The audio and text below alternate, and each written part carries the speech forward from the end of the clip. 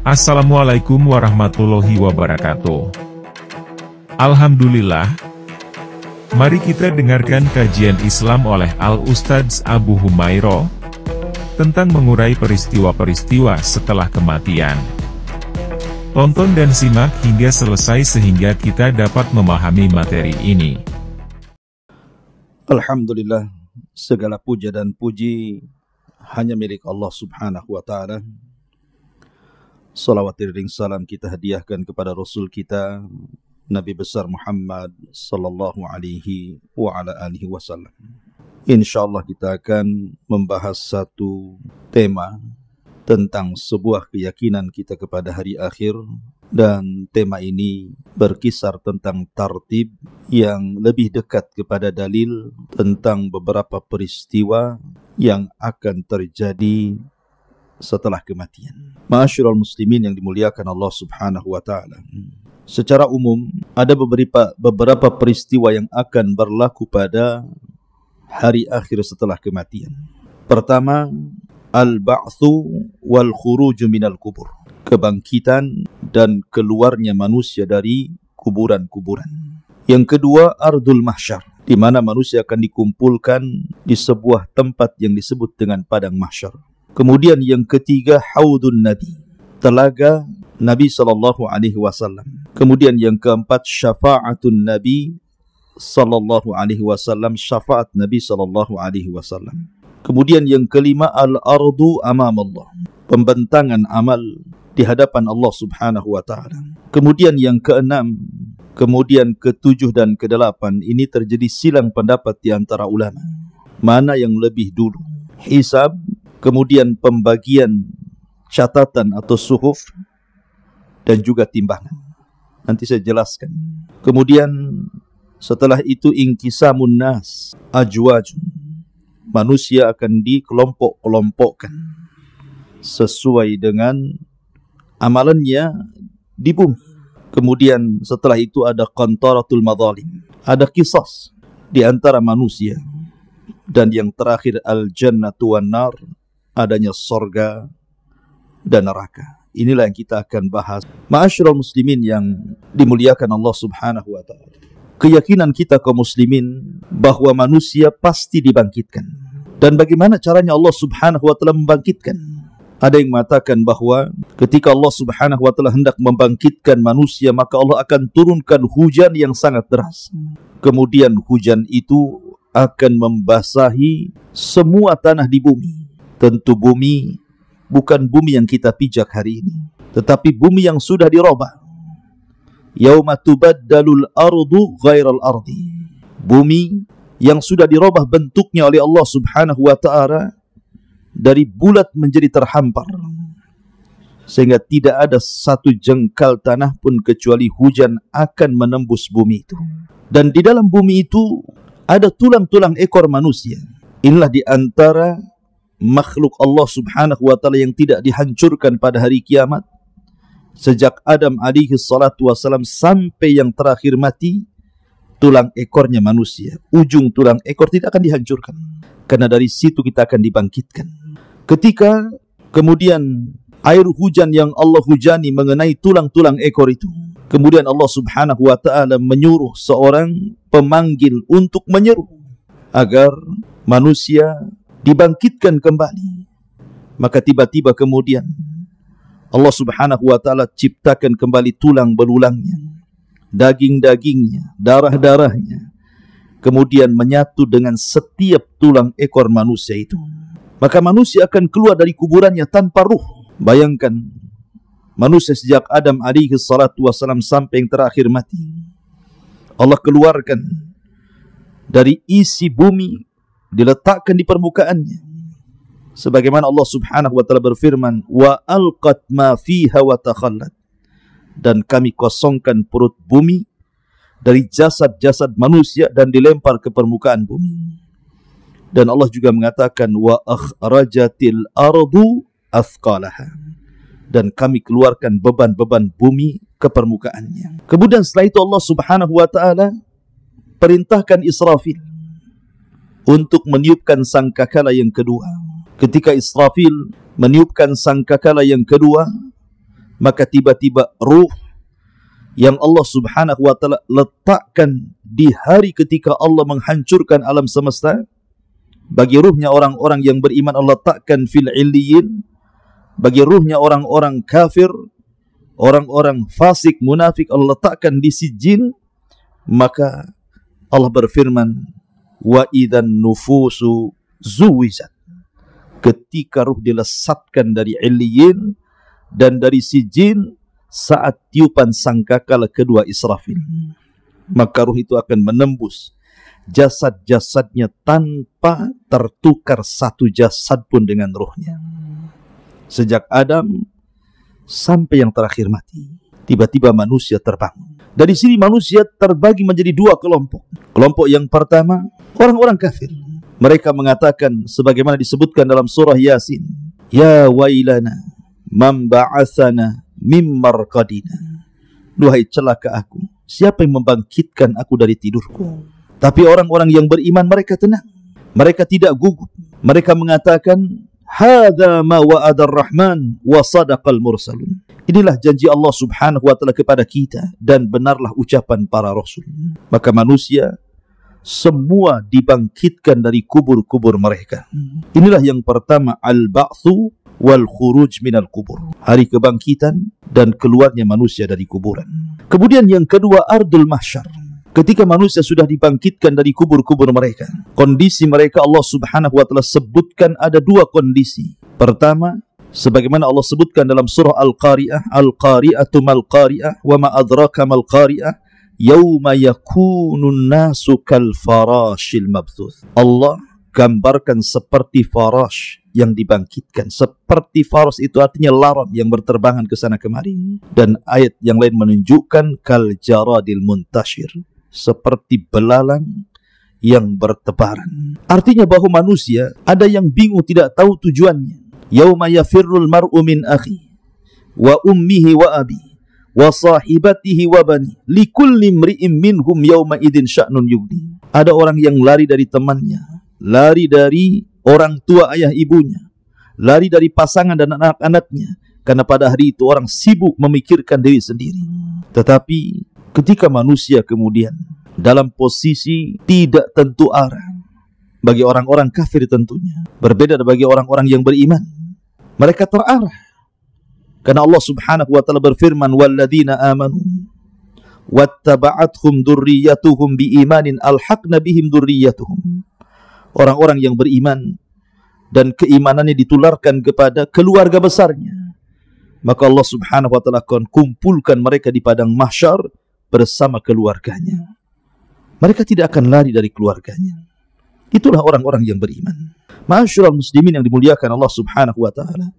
Kemudian datanglah penyeru dari arah yang sudah ditentukan, agar manusia yang lari ke sana kemari berkumpul di satu titik. Itulah yang disebut dengan ardul mahsyar yang kedua. Bumi di mana manusia akan dikumpulkan di situ.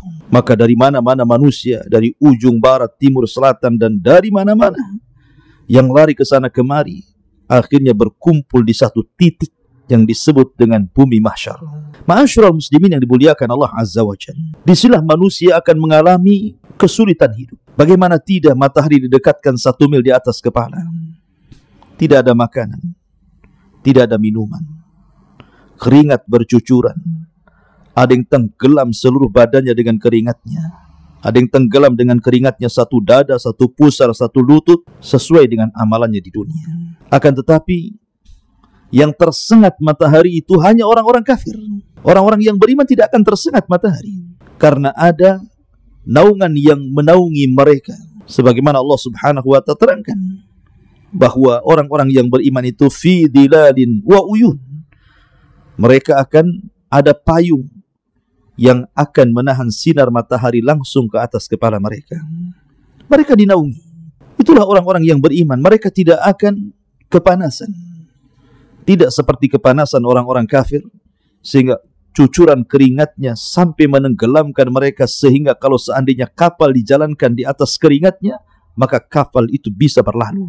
Ma'asyiral muslimin yang dimuliakan Allah subhanahu wa ta'ala. Saat manusia kehausan, karena mereka dibangkitkan dari kubur-kubur mereka, ibaratnya kita tertidur lama, kemudian kita dibangunkan, tentu yang pertama kali kita akan cari air, karena kita haus. Coba saja Anda tidur 3 hari, 4 hari, kemudian terbangun, pasti yang ditanya air. Maka peristiwa yang ketiga adalah haudun Nabi SAW, telaga Nabi.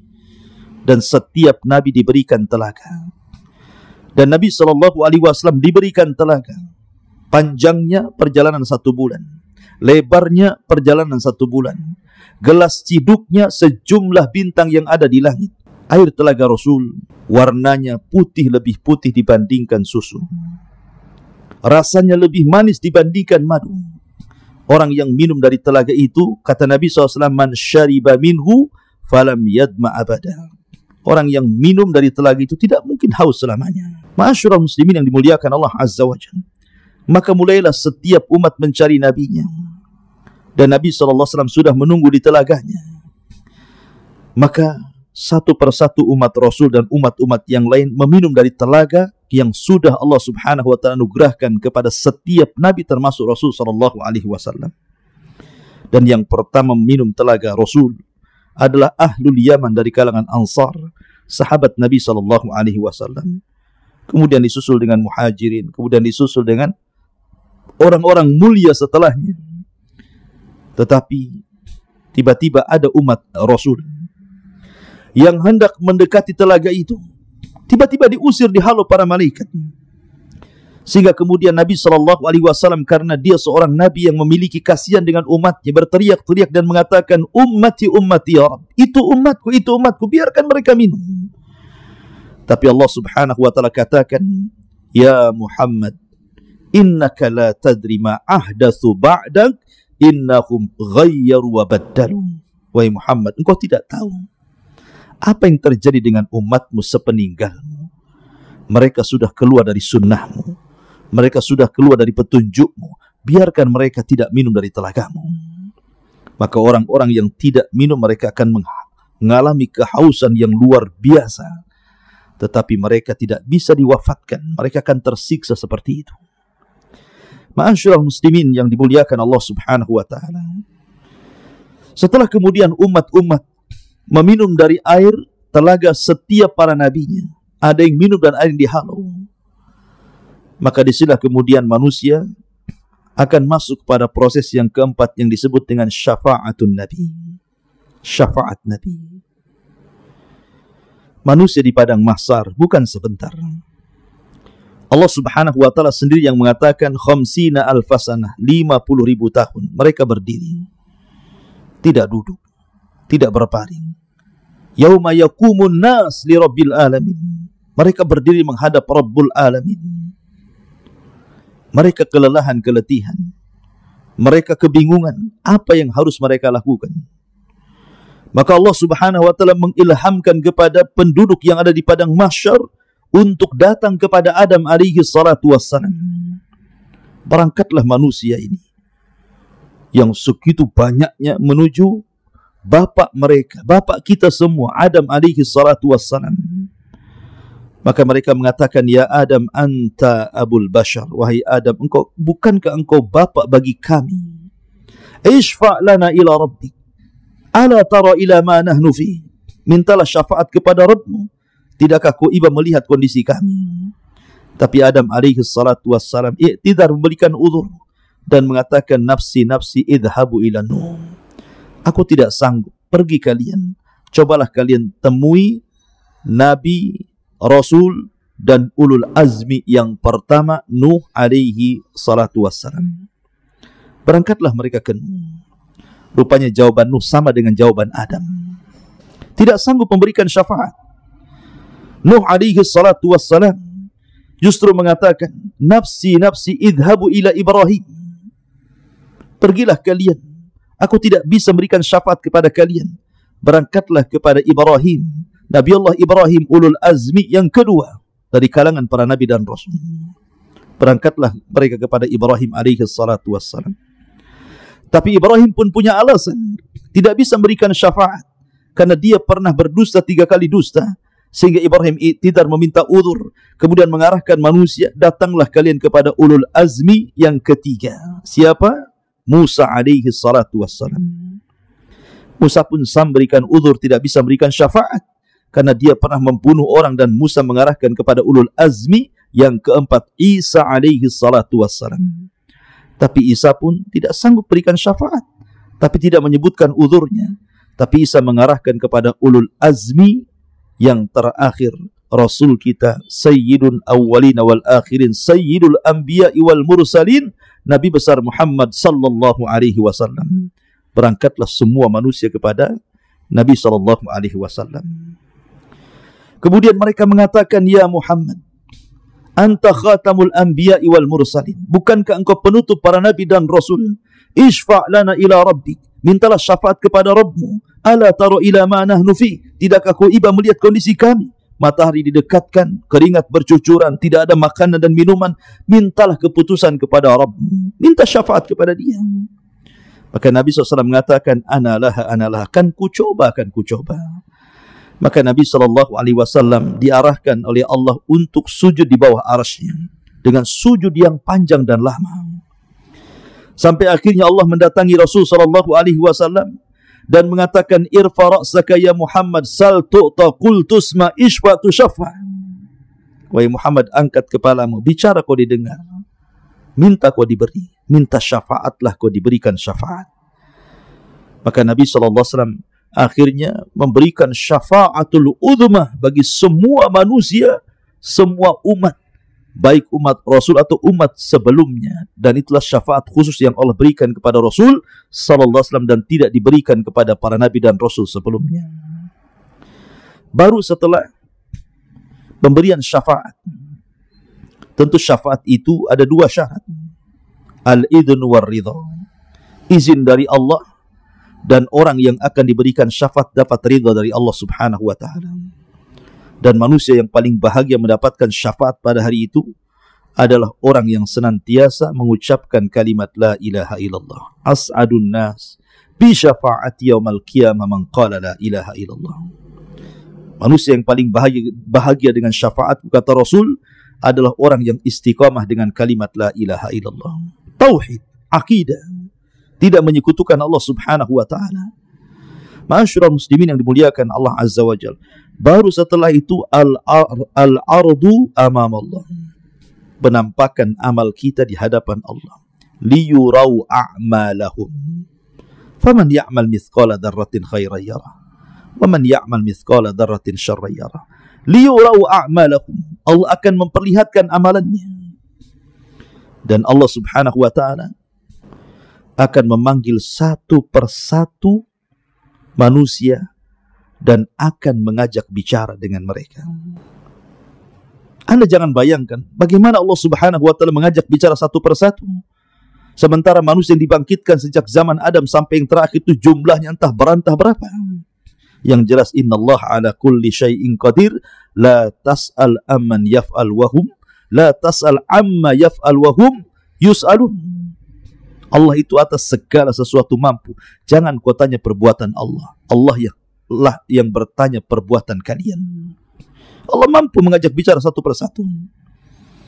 Tetapi ada juga orang-orang yang ketika dibangkitkan tidak dilihat Allah, tidak diajak bicara Allah, tidak disucikan Allah Subhanahu wa taala, dan sudah disiapkan adab yang pedih, naudzubillah.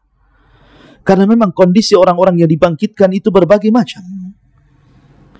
Di padang mahsyar ketika manusia dibangkitkan, ada yang dibangkitkan itu ketika dibangkitkan badannya sebesar semut. Di tengah-tengah manusia yang sangat besar sehingga dia harus terseok-seok menghindari kaki yang akan menginjaknya. Siapa mereka? Al-mutakabbirun, orang yang sombong. Di dunia merasa besar, di akhirat Allah kecilkan. Ada orang-orang yang kemudian berjalan terbalik, kakinya di atas, kepalanya di bawah. Bagaimana caranya? Innallaha ala kulli syai'in qadir. Ada orang yang dibangkitkan buta.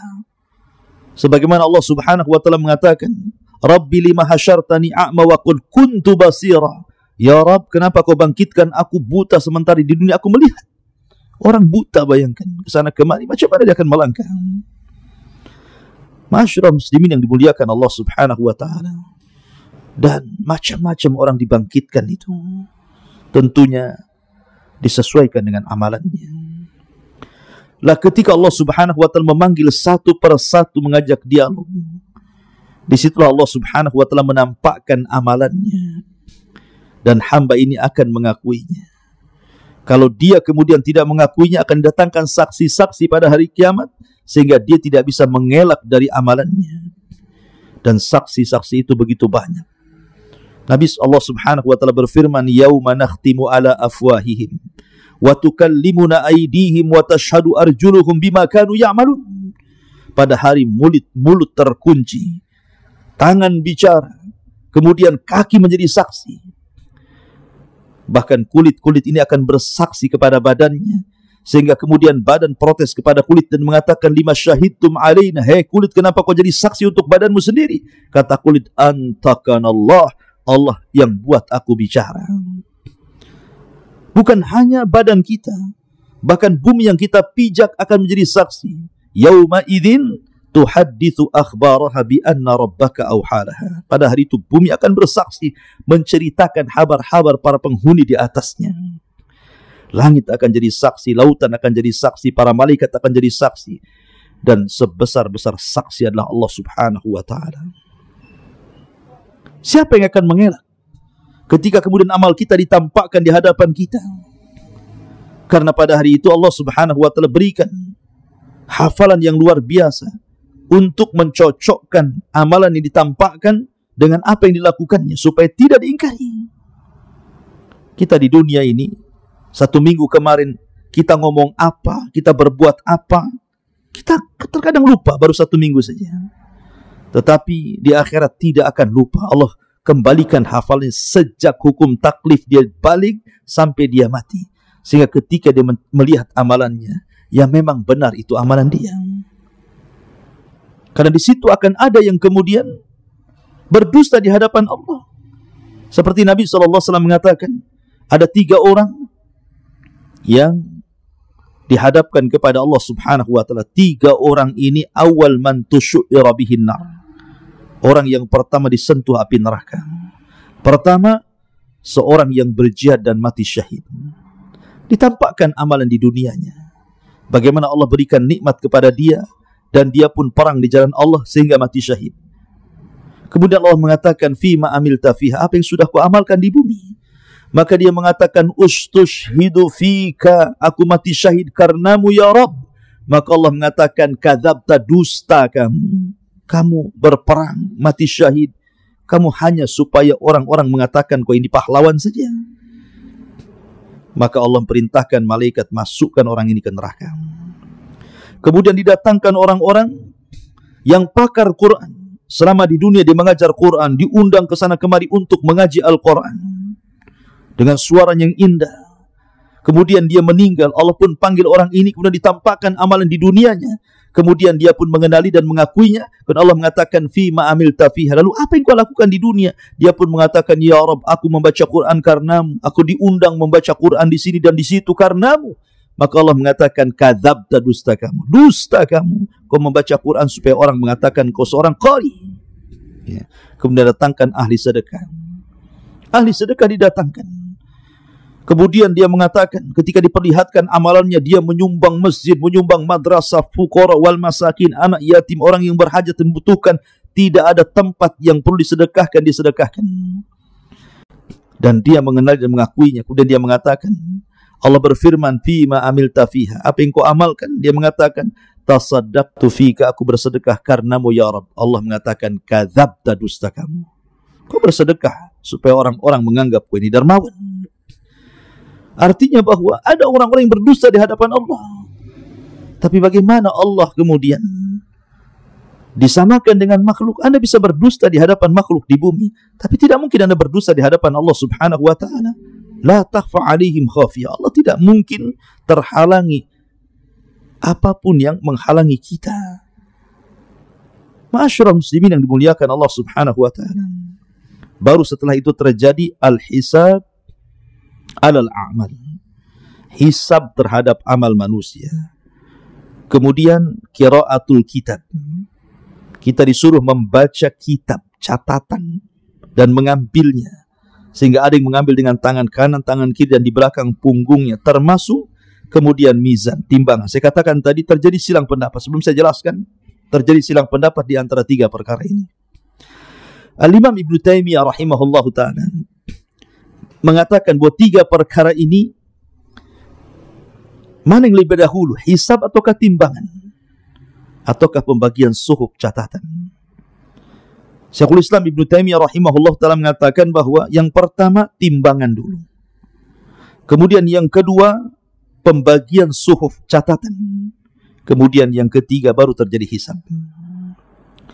Kemudian pendapat yang kedua sebagaimana dinukilkan dari Imam Ibnu Qudamah rahimahullah ta'ala, bahwa yang pertama adalah hisab dulu. Yang kedua baru timbangan. Yang ketiga baru pengambilan suhuf catatan. Kemudian pendapat yang ketiga ini Imam Safarini mengatakan bahwa yang pertama pembagian suhuf dulu, baru kemudian hisab, baru kemudian timbangan. Wallahu a'lam. Saya cenderung kepada pendapat yang keempat. Dan ini pendapat Al-Imam Al-Baihaqi yang dikuatkan oleh Al-Hafidh Al-Hakami rahimahumullahul jami'. Mengatakan bahwa yang pertama hisab. Setelah hisab, baru kemudian suhuf, pengambilan suhuf. Kemudian yang terakhir baru mizan, timbangan. Hisab, setelah dihisab, kemudian Allah subhanahu wa ta'ala akan menaburkan suhufnya, disuruh mengambil. Ada yang mengambil dengan tangan kanannya, dengan tangan kirinya, bahkan dengan tangan kiri di balik punggungnya. Baru setelah itu adanya mizan. Dan ini berdasarkan sebuah hadis Nabi SAW, di mana hadis ini disebutkan oleh sahabat Abdullah ibn Umar radhiyallahu an. Dia aku mendengar Nabi SAW bersabda, ketika Allah subhanahu wa ta'ala mendekatkan seorang hamba pada hari kiamat, kemudian dia mengakui dosa-dosanya, sehingga idza ra'a annahu qad halak, ketika dia melihat bahwa dia akan hancur, maka Allah subhanahu wa ta'ala mengatakan, inni satartuha alaika fid dunya wa ana aghfiru halaka al-yawma. Ketika engkau di dunia, aku tutup aibmu, maka pada hari ini aku ampuni dosamu. Jadi ada seorang hamba, kemudian dihadapkan ke hadapan Allah subhanahu wa ta'ala. Kemudian Allah bertanya soal nikmat yang Allah anugerahkan selama di dunia. Bukankah aku sudah memberi ini dan itu? Iya, betul. Bukankah aku sudah memberi ini dan itu? Iya, betul. Kenapa kau begini dan begitu? Kenapa engkau begini dan begitu? Terus diberikan pertanyaan oleh Allah subhanahu wa ta'ala. Sehingga ketika dia merasa bahwa dia tidak pantas lagi masuk surga, terlampau banyak keburukan yang dia lakukan, tiba-tiba Allah mengatakan, inni satartuha fid dunya. Aibmu sudah kututupi di dunia. Ingat, kalau bukan karena Allah subhanahu wa ta'ala menutup aib kita, tidak ada manusia harganya di hadapan manusia yang lain. Manusia dihormati itu karena Allah tutupi aibnya. Kalau aib kita dibongkar oleh Allah, satu dunia manusia pasti menghinakan manusia. Maka beruntunglah, bersyukurlah Allah tutup aib kita sehingga banyak orang yang memuliakan kita. Dan nikmat dari Allah subhanahu wa ta'ala. Siapapun dia. Makanya Imam Ahmad ibn Hanbal rahimahullahu ta'ala ketika dia ke pasar, tiba-tiba datang murid-muridnya dari mana-mana, hendak menolong Imam Ahmad dan mengatakan, jangan, biar barang ini aku yang bawa. Kalian menghormatiku itu karena Allah menutup aibku. Seandainya Allah buka aibku, kalian letakkan pasir di atas kepalaku. Ma'asyiral muslimin yang dimuliakan Allah subhanahu wa ta'ala. Kembali, bahwa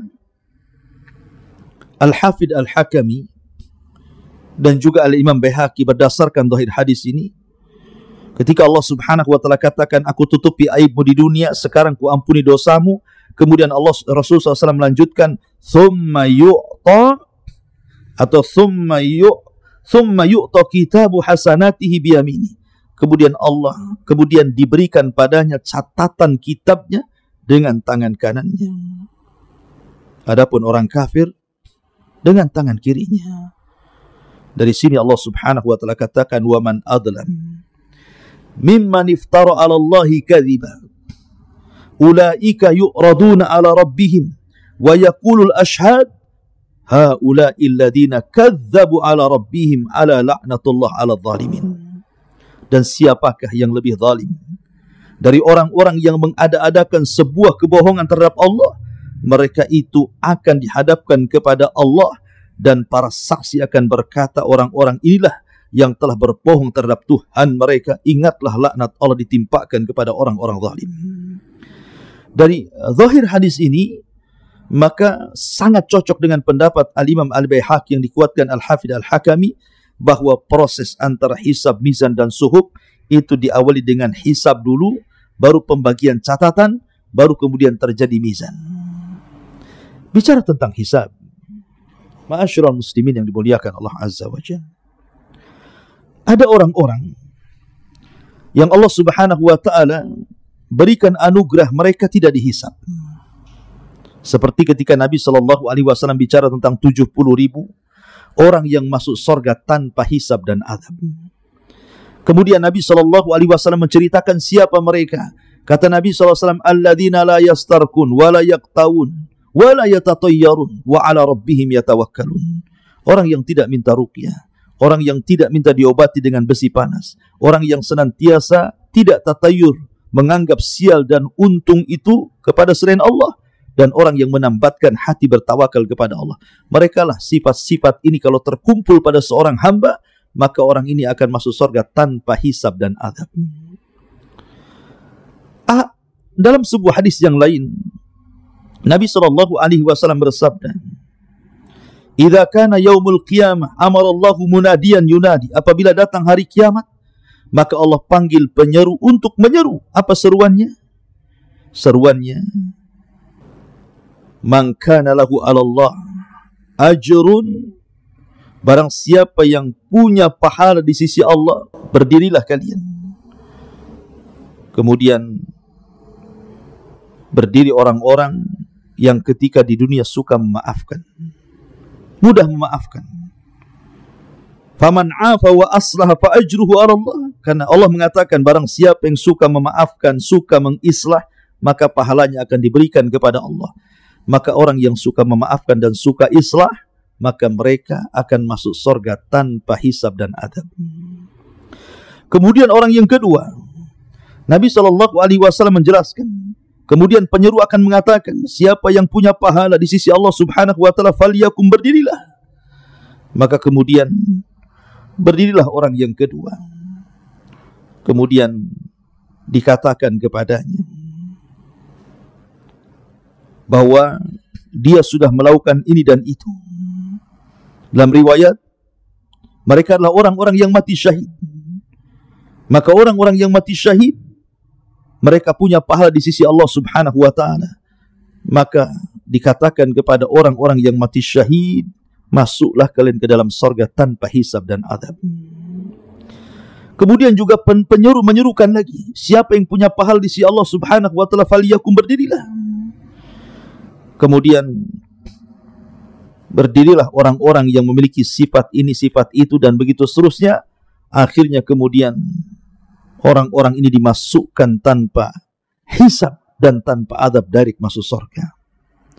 Sebagian para ulama ketika menyebutkan amalan-amalan yang mendatangkan seseorang sehingga ketika dia masuk surga tanpa dihisab dan diadab, di antara amalannya adalah amalan-amalan pertama, orang-orang yang istiqomah. Yang kedua, orang-orang yang punya akhlak yang indah. Yang ketiga, orang-orang yang senantiasa menjaga kewajiban-kewajiban Allah. Kemudian yang keempat, orang yang ittiba'us sunnah, senantiasa mengikuti sunnah Nabi. Kemudian yang kelima, al-qiyam bi'a'malil ukhra, dia berusaha untuk beramal dalam rangka untuk orang lain. Kebaikannya diberikan kepada orang lain. Karena orang yang paling manfaatlah anfa'uhum linnas, orang yang manfaat bagi orang lain. Dan begitu seterusnya, termasuk orang yang menjalankan perintah, menjauhi larangan, kemudian sungguh-sungguh dalam beramal saleh, kemudian menjauhi larangan-larangan Allah Subhanahu wa ta'ala. Maka amalan-amalan ini, kata para ulama, salah satu penyebab orang akan dibebaskan dari hisab dan adab. Jadi yang pertama ada hisab, maksudnya ada orang-orang yang tidak dihisab. Yang kedua, orang-orang kafir.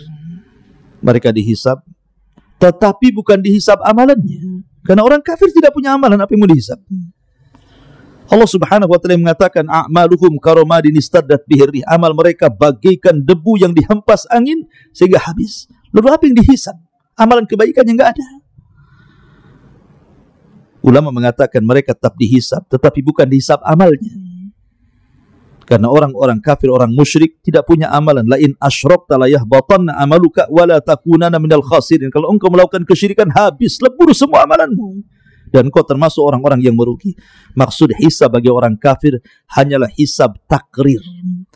Hisab pengakuan kekufuran mereka. Bukankah kau sudah berzina? Ya. Bukankah kau sudah minum khamr? Ya. Bukankah kau sudah begini. Semua maksiat disebutkan dan dia mengiyahkan semuanya. Itulah hisabnya bagi orang-orang kafir. Hisab takrir, formalitas. Karena mereka tidak akan masuk surga. Ya. Kemudian bagi orang yang beriman, hisabnya dua. Ada hisaban yasira, memang mudah. Ada hisaban asira, hisab yang sulit. Apa bedanya hisab mudah dan hisab sulit? Kalau hisab itu mudah, ini disebut dengan hisabul ardi. Di mana seseorang mukmin ketika dihadapkan kepada Allah, dia tidak dituntut menjawab pertanyaan. Dia hanya disuruh mendengarkan. Ketika Allah Subhanahu wa taala menyebutkan pahala dan dosanya di bumi, dia mendengarkan semuanya. Ya. Dia mengakui, tapi dia tidak dituntut untuk menjawab. Maka ini hisaban yasira, hisabnya mudah. Tapi yang kedua dituntut menjawab. Bukankah aku sudah begini dan begitu?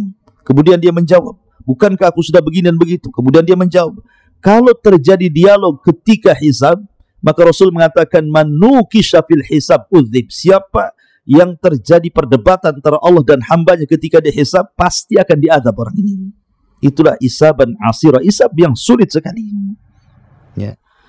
Dan manusia sekali lagi harus tinggal di padang mahsyar itu 50.000 tahun. Apakah semua manusia tinggal 50.000 tahun? Tidak. 50.000 tahun itu hanya berlaku kepada orang-orang kafir saja. Orang yang beriman tidak akan lama hisabnya. Nabi SAW hanya menyebutkan hisabnya bagi umat Rasul, dan umat Rasulullah orang yang pertama dihisab. Kata Nabi SAW, nahnul awwalun, nahnul akhirun, al-awwalun. Kita umat yang terakhir, tapi orang yang pertama dihisab.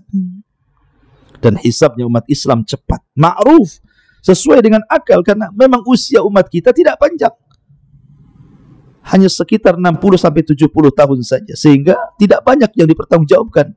Berbeda dengan umat dulu yang panjang-panjang, amalannya juga banyak, maksiatnya juga banyak, sehingga lama pula hisabnya bagi mereka. Tapi hisabnya bagi umat Islam, umat Rasul yang beriman, hanya separuh hari saja. Tapi jangan sangka separuh hari itu sebentar, karena separuh hari akhirat berbeda dengan separuh hari di dunia.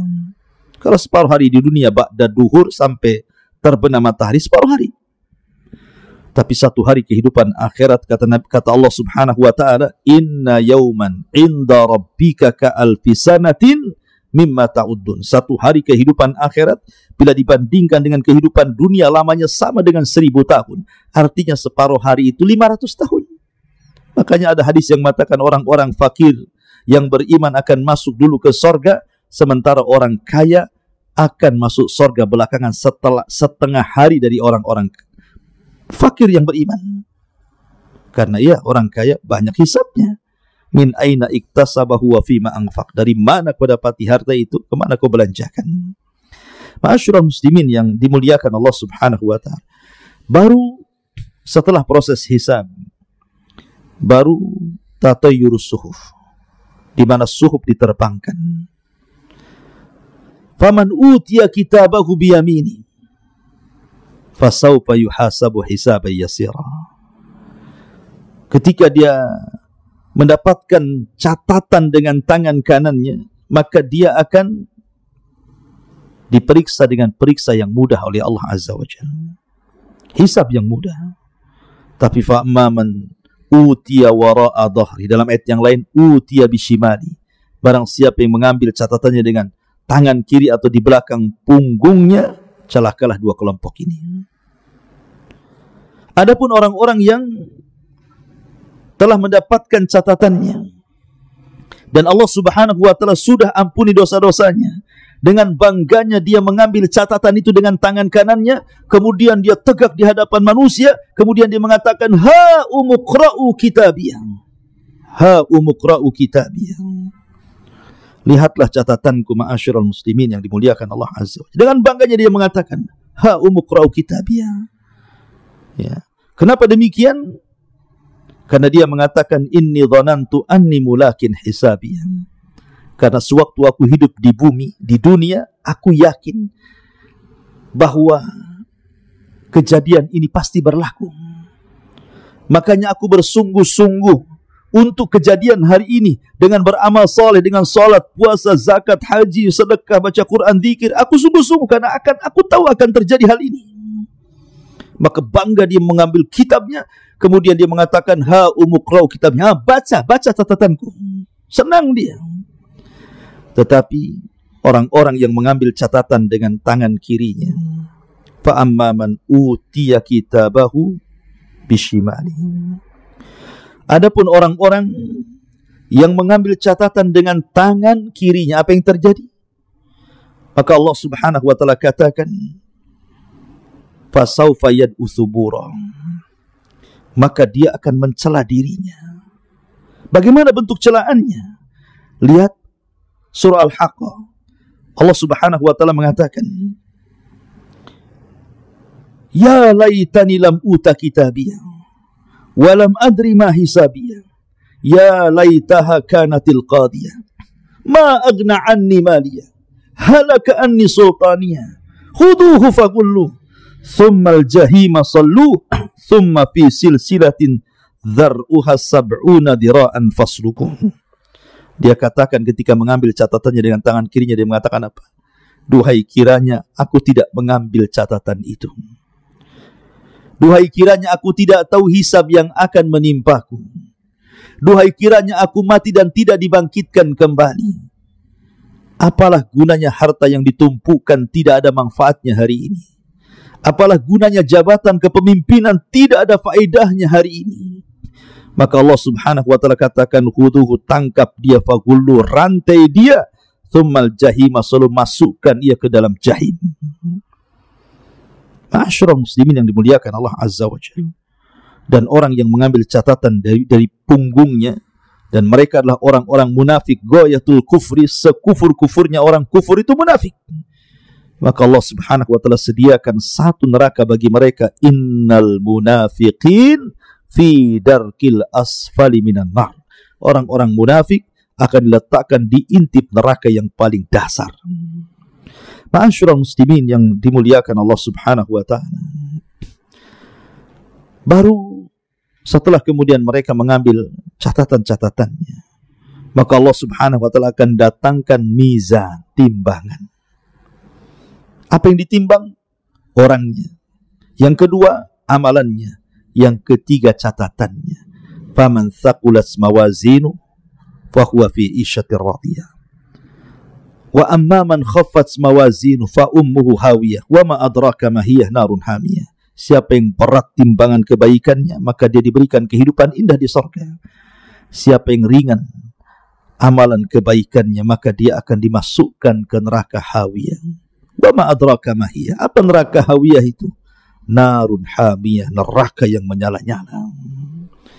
Ma'asyiral muslimin yang dimuliakan Allah Azza wa Jalla. Kemudian setelah itu terjadilah inqisamun nas. Manusia akan digolongkan bersama golongannya. Allah Subhanahu wa taala berfirman, "Ukhsyurul ladzina zalamu wa ajwajuhum wa ma kanu ya'budun min dunillahi fahduhum ila siratil jahim." Diperintahkan kepada para malaikat, kumpulkanlah manusia-manusia yang zalim itu beserta teman-teman sejawat mereka dan apa yang dahulu telah mereka sembah selain daripada Allah, lalu tunjukkanlah kepada mereka kemana jalan neraka. Jadi Allah Subhanahu wa taala setelah melakukan proses hisab, kemudian pembagian catatan, kemudian terjadi timbangan, kemudian sudah diketahui mana yang mengambil catatan dengan tangan kanan ataukah tangan kirinya, mana timbangan yang berat kebaikannya ataukah keburukannya, maka manusia akan digolongkan bersama sesembahan mereka. Bagi nyembah batu dikumpulkan dengan batunya, bagi nyembah pohon dikumpulkan dengan pohonnya, bagi nyembah iblis dikumpulkan dengan iblisnya, dan begitu seterusnya. Kemudian Allah mengatakan, fahduhum ila siratil jahim. Kasih tahu alamat ke neraka. Kasih tahu orang-orang ini ke alamat ke neraka.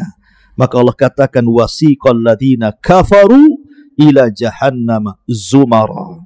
Maka Allah akan kiring orang-orang kafir untuk dimasukkan ke neraka jahannam. Ta'udzubillah.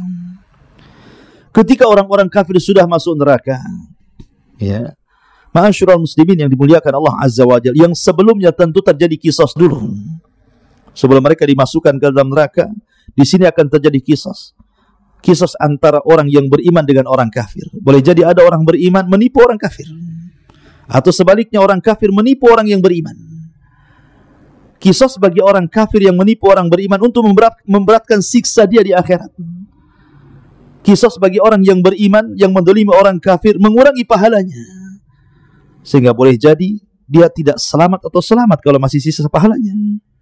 Dan itu terjadi sebelum mereka menyeberang titian siratal mustaqim. Ma'asyiral muslimin yang dimuliakan Allah Azza wa Jalla. Sampai Abdullah bin Abbas radhiyallahu anhuma mengatakan, bagaimana bentuk kisahnya? Kalau seandainya dia membunuh manusia, maka yang dibunuh akan datang kepada Allah, tangan kirinya membawa kepalanya, tangan kanannya menyeret orang yang membunuhnya, kemudian dia akan mengatakan, ya Rabb sal hadha lima qatalan. Ya Rabb, tanya orang ini kenapa dia sampai membunuhku. Bayi-bayi yang dibuang, bayi-bayi haram dari hasil perzinahan, yang dibuang di tong-tong sampah, disolokan, di kardus sehingga tidak tertolong kemudian mati, maka Allah mengatakan, wal mau'udatu su'ilat bi ayyi dzambin qutilat. Bayi itu tidak berkepala, kepalanya dipegang tangan kirinya, tangan kanannya menyeret orang tuanya dan mengatakan, ya Rabb sal hadza lima qatalani. Ya Rabb, tanya ibuku kenapa dia membunuhku, kenapa dia sampai tega membunuhku. Wal mau'udatu su'ilat bi ayyi dzambin qutilat. Bayi-bayi itu akan bicara atas dosa apakah aku bunuh, katanya. Ya, terjadi kisah di sini. Ya. Baru setelah itu manusia digolongkan menjadi 3 kelompok: mukmin, kafir, munafik. Yang kafir direct masuk neraka, tidak sempat meniti titian siratal mustaqim. Sehingga manusia cuma 2 kelompok saja, mukmin dan munafik. Disitulah Allah Subhanahu wa taala membagi-bagikan cahaya kepada setiap orang-orang yang beriman. Cahaya ini disesuaikan dengan amalannya. Ada yang besar, ada yang setengah besar, ada yang kecil, ada yang redup, gitu ya. Dan ini modal kita untuk meniti titian siratal mustaqim. Maka ada yang melesat seperti kilat, ada yang melesat seperti kuda balap, ada yang melesat seperti orang menunggang unta, ada yang melesat seperti orang pelari, ada yang kemudian harus jatuh kemudian bangkit, ada yang terkena kalalib. Kalalib adalah rantai yang berduri yang menghantam ke sana kemari. Terkadang terhantam harus masuk ke jahanam, terkadang dia selamat tetapi sudah habis badannya, tetapi semua karena rahmat dari Allah Subhanahu wa taala. Tetapi orang-orang munafik, ma'asyiral muslimin yang dimuliakan Allah Subhanahu wa taala, Allah mengatakan, yauma taral mu'minina wal mu'minat yas'a nuruhum baina aydihim wa bi aymanihim bushra lakumul yaum jannatin tajri min tahtihal anhar khalidina fiha dzalika huwal fawzul azim. Pada hari engkau akan melihat orang-orang yang beriman laki-laki dan perempuan, betapa cahaya mereka bersinar di depan, di samping kanan mereka. Pada hari ini ada berita gembira untukmu. Apa itu? Kalian berhak mendapatkan sorga-sorga yang mengalir di bawahnya sungai-sungai, mereka kekal di dalamnya. Demikian itulah kemenangan orang-orang yang agung. Orang yang beriman akan selamat meniti titian siratal mustaqim. Tapi lihat bagaimana orang munafik. Allah gambarkan, yauma yaqulul munafiquna wal munafiqat lilladzina amanu dzuruna naqtabis min nurikum qila irji'u wara'akum faltamisu nuran faduriba bainahum bisurin lahu bab batinuhu fihi rahmah wa zahiruhu min qibalihi al-'adzab. Pada hari orang-orang munafik laki-laki dan perempuan berkata kepada orang-orang yang beriman, tunggulah kami, tunggulah kami. Kami ingin mengambil cahaya kalian. Tetapi orang-orang yang beriman mengatakan, kembalilah kalian ke belakang kalian. Carilah cahaya sendiri untuk kalian. Lalu di antara mereka dipasangkan dinding pemisah yang berpintu di sebelah dalamnya adalah rahmat dan di luarnya azab Allah Subhanahu wa taala. Orang-orang munafik hendak menipu ketika berjalan di titian siratal mustaqim. Ya, mereka bisa menipu Allah dan orang yang beriman ketika di dunia, tapi di akhirat mereka tidak bisa menipu Allah dan orang-orang yang beriman. Ma'asyiral muslimin yang dimuliakan Allah Azza wa Jalla. Baru setelah manusia meniti titian siratal mustaqim, sampailah mereka di Qantarah. Rupanya di sini ada kisos lagi. Tetapi kisos di antara orang-orang yang beriman. Inilah yang disabdakan Nabi SAW tentang hadis muflis. Tahukah kamu siapa yang bangkrut, kata Rasul? Sahabat mengatakan, orang yang gulung tikar usahanya, orang yang tidak punya dinar, tidak punya dirham, itulah bangkrut. Kata Rasul, bukan itu. Tetapi orang yang bangkrut, man ata yaumal qiyamah bi salatin wa sadaqatin wa siyamin wa hajjin wa ibadatin. Orang yang datang pada hari kiamat membawa pahala solat, pahala haji, pahala puasa, pahala sedekah dan banyak pahala ibadah. Tapi di satu sisi dia mendolimi si fulan, mencaci maki si fulan, membunuh si fulan, mengini si fulan, mengitu si fulan. Maka terjadilah kisas untuk mendapatkan keadilan. Dulu kamu mendolimi saya, ya, mana pahalamu? Maka kemudian orang yang mendolimi akan diambil pahalanya oleh orang yang didolimi. Ketika dia banyak mendolimi orang sehingga pahalanya habis dibagi-bagikan kepada orang tersebut, habis, dia tidak punya pahala lagi.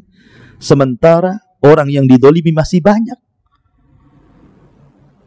Maka orang-orang ini akan mengatakan, mana pahalamu? Dia mengatakan, pahalaku sudah habis. Terlampau banyak orang yang kudolimi. Kalau kau tidak punya pahala sebagai barter, aku punya dosa. Ambillah dosaku untukmu. Inilah bangkrut. Bahasa kita kalau pedagang itu sudah hilang modalnya, banyak hutangnya.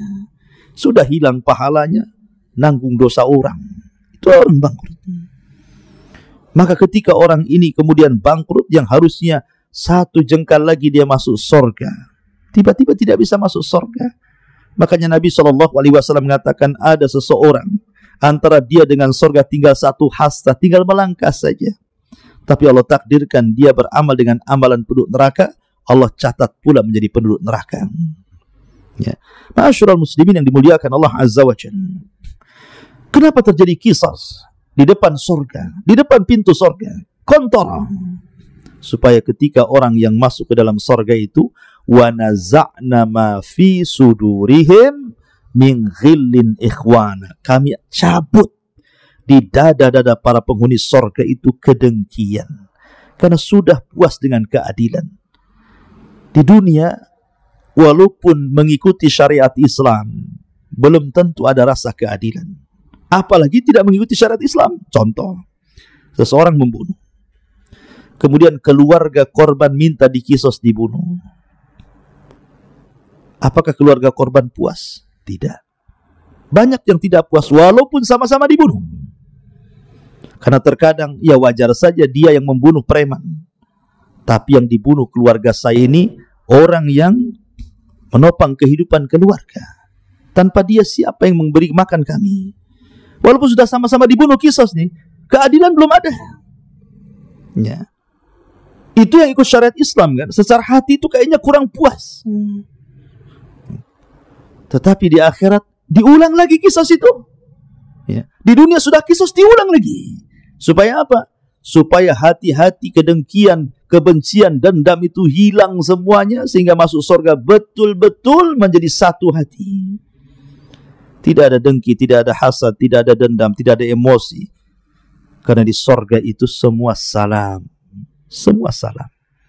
Semua selamat. selamat lisannya, selamat hatinya, selamat perbuatannya, semua selamat. Makanya disebut Darussalam. Ya, Darussalam. Fisik manusia selamat, tidak kencing, tidak berak, tidak meludah, tidak ada dahak, tidak bau. Perempuannya tidak haid, tidak ada nifas. Mereka makan, minum, dikeluarkan dengan keringatnya. Semua selamat, selamat fisiknya, selamat akhlaknya, selamat lisannya, selamat matanya, selamat, semua selamat. Itulah surga. Dari sini menunjukkan bahwa inilah di antara tartib peristiwa-peristiwa yang akan berlaku setelah kematian. Mudah-mudahan menjadi ibrah bagi kita semuanya. Semoga apa yang telah disampaikan tadi tentunya dapat bermanfaat dan menambahkan keimanan kita kepada Allah Subhanahu wa taala. Subhanallahumma wa bihamdika asyhadu an la ilaha illa anta astaghfiruka wa atubu ilaik. Assalamualaikum warahmatullahi wabarakatuh.